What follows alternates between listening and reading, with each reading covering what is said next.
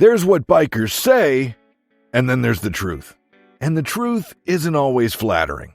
We like to think of ourselves as fearless road warriors with nerves of steel. Peel back the leather jacket, and you'll find something far more human. Insecurities, little lies, and moments we'd rather not admit in the group chat.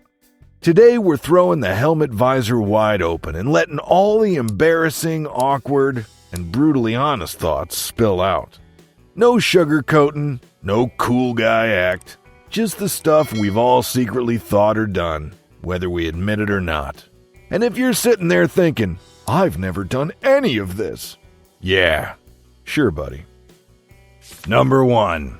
Yeah, I revved it at the light for no reason. We've all done it. Sitting there at a red light, bike idling just fine, and then brap! No traffic, no need, no logic. Sometimes it's boredom, sometimes it's just to hear that sweet exhaust note bounce off the buildings. And yeah, sometimes it's because the guy in the car next to us looked over and we panicked thinking, quick, look cool! We tell ourselves it's to keep the engine from stalling or to clear the carbs. Please. Modern fuel injection doesn't care. The only thing getting cleared is our dignity, and deep down, we know it. The funny part, other riders get it. We've all sat there, hand twitching on the throttle, making that pointless little blip just to feel the bike do something. Non-riders think we're arrogant speed junkies. The truth is, we're just kids with expensive toys making vroom vroom noises because it makes us happy. Number 2. I said I didn't mind riding in the rain. I lied. Riding in the rain sounds noble in theory. You tell people, oh, I don't mind, it's just part of the experience. But when reality hits, it's cold, it's wet, and it's like riding a slip and slide with traffic trying to kill you. Your visor fogs up no matter how fancy the anti-fog coating is. Your gloves start to feel like sponges. That little stream of icy water finds its way down the back of your neck, and suddenly, every painted line and manhole cover on the road turns into an Olympic-level ice rink. Then there's the after part. You get home, dripping like a soaked dog, smelling faintly of gasoline and wet leather. Everything you're wearing, helmet liner, boots, jacket, takes 3 days to dry, and during those 3 days, you're lying to everyone about how refreshing the ride was. Truth is, unless you're a courier who gets paid no matter the weather, or some iron-butt long-distance lunatic who brags about riding through hurricanes, you probably hate riding in the rain. You'll tell your buddies you don't mind, but deep down, you're already planning the driest route home and wondering why you didn't just take the car. Number 3. Half the time, I have no idea what that noise is. You hear it. Some faint tick, a weird rattle, maybe a subtle whine. And instantly you put on the serious face, nodding like a seasoned mechanic who's got this. In reality, you're scanning your mental database of motorcycle noises and drawing a blank. Every rider's done it. You tilt your head, twist the throttle a little, maybe lean in closer to the engine while pretending you're listening for resonance. Translation, you're just hoping it magically stops. And sometimes it does stop, which is almost worse because now you're thinking, did I just dodge a $500 repair bill, or is this thing about to grenade itself halfway through my next ride? You check the oil, you glance at the chain, maybe even give a few bolts a casual twist. More for peace of mind than actual fixin'. Then there's the paranoia spiral. Every bump, every vibration suddenly feels suspicious. You start thinking you hear new noises. You'll tell your friends, yeah, it's just fine, it's just the chain settling in, or probably the exhaust bracket. But truthfully, you have no clue. And yet, you keep riding. Because if we all parked our bikes every time we heard something weird, half the motorcycles on the planet would be collecting dust in the garage. Number 4. I definitely bought more bike than I needed. We all love to pretend our choice was perfectly logical. I wanted room to grow. I needed extra power for the highway. Yeah, sure. And I'm guessing you also needed that aftermarket exhaust that makes your neighbor's dog bark at 2 a.m. The truth is, a lot of riders buy their first big bike the same way someone buys a 600 horsepower car. For the vibes. You saw it in the dealership. The way the tank shimmered under the lights. The way the sales guy suddenly mentioned, "Yeah, this one isn't for beginners." That wasn't a warning. That was the green light. So now you're riding around on something that could outrun half the sports cars in town, even though 90% of your miles are between home and the grocery store. You'll tell people you've grown into it. Deep down, you know you skipped the growing part and went straight to overkill. And let's be real, most of the time you're using maybe 30% of that bike's potential. The rest is just sitting there, humming quietly under the tank, waiting to humble you when you get cocky. But hey, it does look amazing parked outside the coffee shop. Number 5. My chicken strips are not a badge of shame. If you've been around riders long enough, you've heard the term. Those untouched edges on your tires that prove you haven't leaned your bike over like some MotoGP hero. In certain circles, chicken strips are treated like a scarlet letter. Oh, you don't use the whole tire? Guess you don't really ride. Here's the thing. Not everyone is trying to drag a knee on public roads. Most of us like to keep a little grip in reserve because, gravel, oil, potholes, deer, small children chasing a ball into the street. It's a wild world out there. And despite what the no-fear guys will tell you, leaning to the limit in traffic is less about skill and more about questionable decision-making. Sure, I've got chicken strips. You know what else I got? A bike that's still upright, a clean riding record, and no mysterious road rash on my jacket. Some weekends I carve up twisties and shrink them down. And other weekends, I'm just enjoying the ride without pretending I'm racing Valentino Rossi. So yeah, my tires are a little rounder than yours. I'll live. And when we both pull into the same cafe, I promise not to mention how your chicken strips magically reappear every time it rains. Number 6. I totally judge that other rider's bike. We all pretend to be above it. We talk about the brotherhood and respecting all riders. But the truth? The second we see another bike, our brain flips into critic mode like we're hosting Top Gear. That chrome job looks tacky. Those ape hangers are too tall. That sport bike is wearing chicken strips bigger than mine. And is that a fake exhaust tip? Doesn't matter if it's a Harley, a Ducati, or a scooter. Something in us instantly starts running the mental checklist.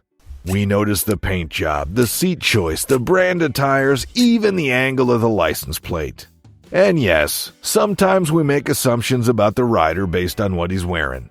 Oh, GS rider? Probably owns 3 kinds of Gore-Tex. That guy on the stretched Hayabusa definitely has at least 1 pair of sunglasses with flames on them. Of course, if they roll up next to us and start talking bikes, suddenly they're our new best friend. The judgments evaporate, replaced by a shared language of torque, mileage, and chain lube preferences. But don't get it twisted. Before we shook hands, I had already decided if your ride was hot, weird, or just plain wrong. And you did the exact same thing to mine. Number 7.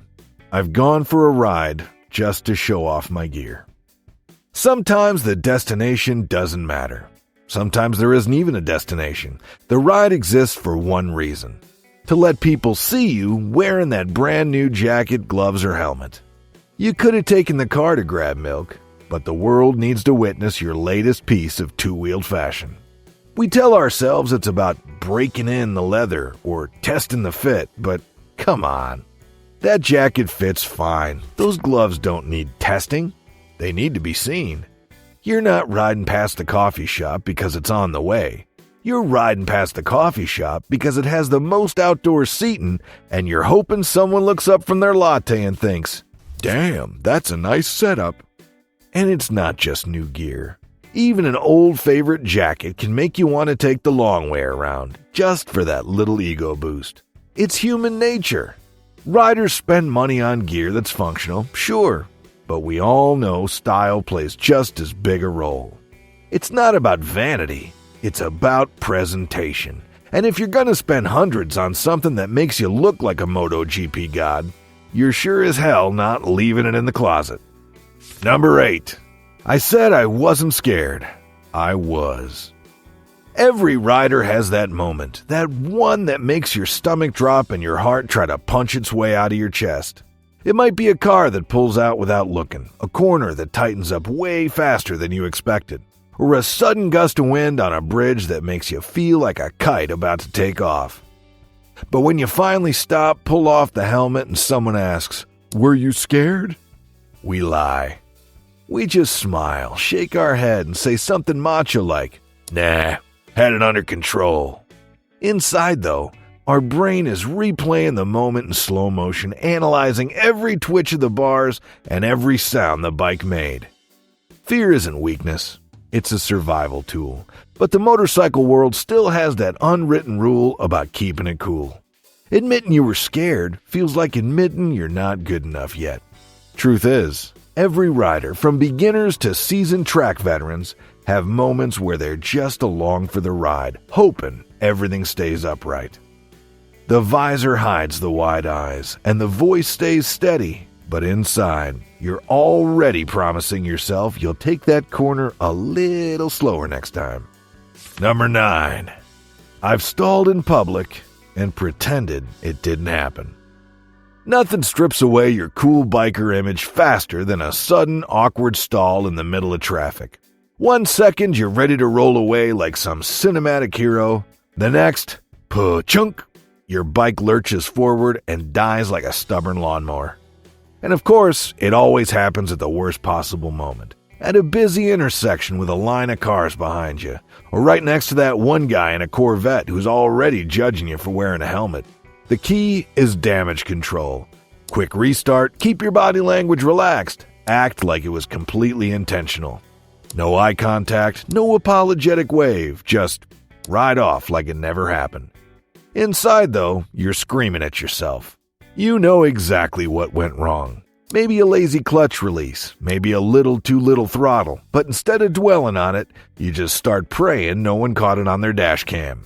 The funny part, every rider's done it. Even the ones who will swear up and down that they haven't. The only real difference is how well you sell it afterward. Number 10. I keep checking my reflection in shop windows. There's a certain kind of magic in catching your own reflection while riding. You could be doing a perfectly normal commute, nothing glamorous, just passing through traffic like everyone else. But the second you see that big pane of glass from a storefront, you're no longer going to work. You're starring in your own motorcycle commercial. And you know exactly what I'm talking about. You turn your head just enough to catch the whole bike in profile. Maybe lean back a little, roll the throttle for that extra bit of swagger. In that moment, you're checking more than your looks. You're confirming that the bike and rider combo is still delivering the aesthetic you've been cultivating since the day you bought it. It's not always just vanity, though. Sometimes you want to see if the suspension's compressing right or how your riding position looks in motion. But let's be honest, that's about 10% of it. The other 90% is pure ego. Doesn't matter if the window belongs to a luxury boutique or a grimy laundromat. If it reflects, you're looking. And here's the unspoken truth. We've all done the little posture adjustment mid-check. You catch sight of yourself, realize your shoulders are just a bit hunched, and straighten up like you've been riding like that the whole time. It's ridiculous, but also it's part of the fun. We didn't buy these machines just to get from A to B. We bought them to look good doing it. Number 11. Sometimes I ride just to get away from people I like. It sounds harsh until you've actually been there. You could be surrounded by friends, family, even your favorite people on the planet. But sometimes you just need the world to stop talking for a while. Riding gives you that excuse. Nobody takes it personally when you say, "I'm going for a ride," because it's such an accepted part of biker culture. They think it's about enjoying the road. Sometimes it's really about enjoying the silence. On a bike, nobody can text you. Nobody can call you. Nobody can stop you mid-sentence to tell you something you don't care about. It's you, the engine, and the hum of the tires. Even the wind noise becomes kind of a blissful static that drowns out all the small talk and daily nonsense. And the best part, When you get back, you can walk in with a smile and say, "Man, that was a great ride." And everyone will just nod in understanding, thinking it was purely about the road. But inside, you know the truth. It was about breathing room. About having enough space to let your thoughts wander without someone else's voice steering them. Motorcycles aren't just a mode of transportation. They're mobile fortresses for your peace of mind. And yes, sometimes that means escaping the people you care about most. Because love or not, everybody needs a little alone time. And nothing provides it better than 2 wheels and a full tank. Number 12. I've called it maintenance, just to justify buying upgrades. Every rider's done it, standing there in the garage holding a brand new part that the bike absolutely did not need, and telling ourselves, and anyone who asks, that it was essential maintenance. Sure, the old exhaust still worked fine, but the new titanium one shaves off a couple pounds and makes the bike sound like a fighter jet. So, clearly it was a safety improvement, right? We dress up these purchases in the language of necessity. Had to replace the levers, the stock ones were worn. Translation? I wanted anodized billet ones that match my helmet. Needed a new seat because the old one was uncomfortable. Translation? It was fine, but the leather on this one has red stitching, and that's worth at least 5 extra horsepower. The truth is, a lot of motorcycle maintenance is really just self-indulgence with a wrench in hand. And we'll defend it to the grave, because hey, if the bike runs better, sounds meaner, or just looks cooler, feels like maintenance. Besides, who's gonna argue? Even the most frugal rider understands the satisfaction of stepping back, looking at a freshly maintained bike and thinking, "Oh yeah, that was worth every penny." At the end of the day, the line between a genuine repair and a shameless upgrade is paper thin, and we cross it without a second thought. After all, you can't put a price on happiness unless it's printed right there on the parts receipt. So, we've just ripped the visor off and admitted the stuff most riders would rather keep buried. The truth? Every one of us has at least one of these never admitted moments burned into our riding history, whether it's pretending that weird noise is totally fine, secretly checking ourselves out in shop windows, or calling an overpriced exhaust a necessary upgrade. Now, it's your turn to fess up. What's the one thing you'd never admit at bike night, but know deep down is 100% true about you? Is it something from this list? Or is it even worse? Drop it in the comments, because the more honest we get, the funnier and more relatable this whole riding thing becomes. Your move.